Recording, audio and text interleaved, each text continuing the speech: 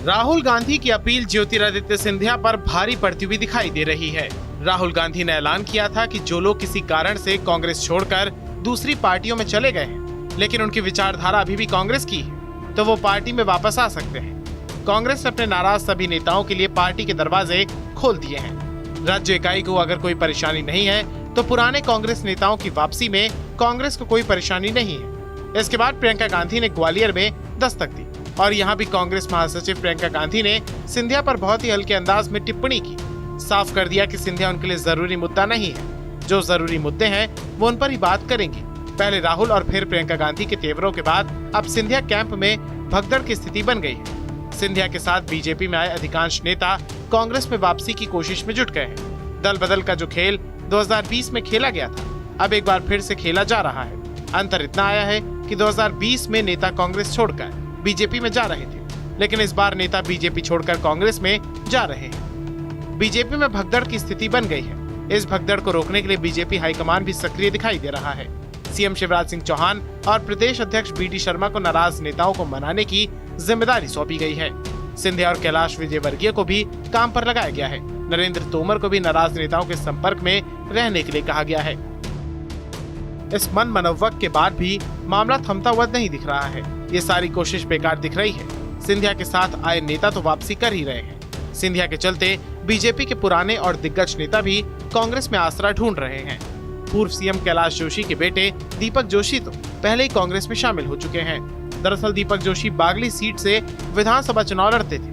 2018 का चुनाव वो कांग्रेस उम्मीदवार से हार गए और इस बार उन्हें बीजेपी का टिकट मिलता हुआ नहीं दिख रहा था, क्योंकि बीजेपी यहाँ से सिंधिया समर्थक पर दांव लगाने की तैयारी में थी, जिससे नाराज जोशी ने पार्टी ही छोड़ दी। दीपक जोशी का प्रभाव सेंट्रल मध्य प्रदेश की तमाम सीटों पर माना जाता है।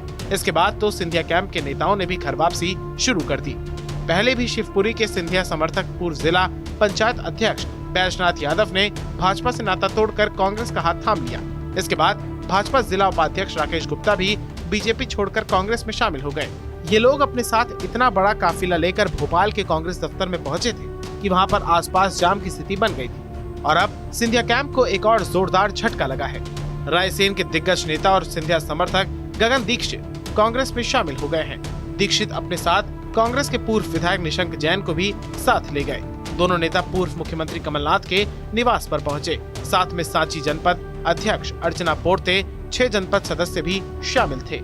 सभी का कांग्रेस प्रदेश अध्यक्ष कमलनाथ ने स्वागत किया और उन्हें कांग्रेस की सदस्यता दिलाई। इससे कुछ ही दिन पहले दमोह और बड़वानी जिले में भी सैकड़ों लोग कांग्रेस पार्टी में शामिल हुए थे। पार्टी में हजारों लोगों के शामिल होने से कांग्रेस में खुशी की लहर है। वो मानकर चल रही है कि विधानसभा चुनाव में जनता का समर्थन उसे मिलेगा। प्रदेश कांग्रेस पार्टी की राष्ट्रीय महासचिव प्रियंका गांधी की जन आक्रोश रैली में जुटी भीड़ को भी अपने लिए शुभ संकेत मान रही है। और अब जिस तरह से बीजेपी छोड़कर नेता कांग्रेस में आ रहे हैं, उससे ये भी साफ दिख रहा है कि प्रदेश में कांग्रेस के पक्ष में माहौल दिखाई दे रहा है। ऐसा माहौल 2018 में भी नहीं दिखा था। 2018 में कांग्रेस की सरकार बनी थी, लेकिन तब बीजेपी के अंदर इस तरह की भगदड़ नहीं मची थी। उल्टा कांग्रेस के कई नेताओं ने बीजेपी का दामन थाम लिया था। लेकिन इस बार तो हालात बदले बदले से दिख रहे हैं। ऐसी स्थिति रही तो बीजेपी से भगदड़ नहीं रुकी और आने वाले दिनों में ये भगदड़ बीजेपी को भारी पड़ सकती है।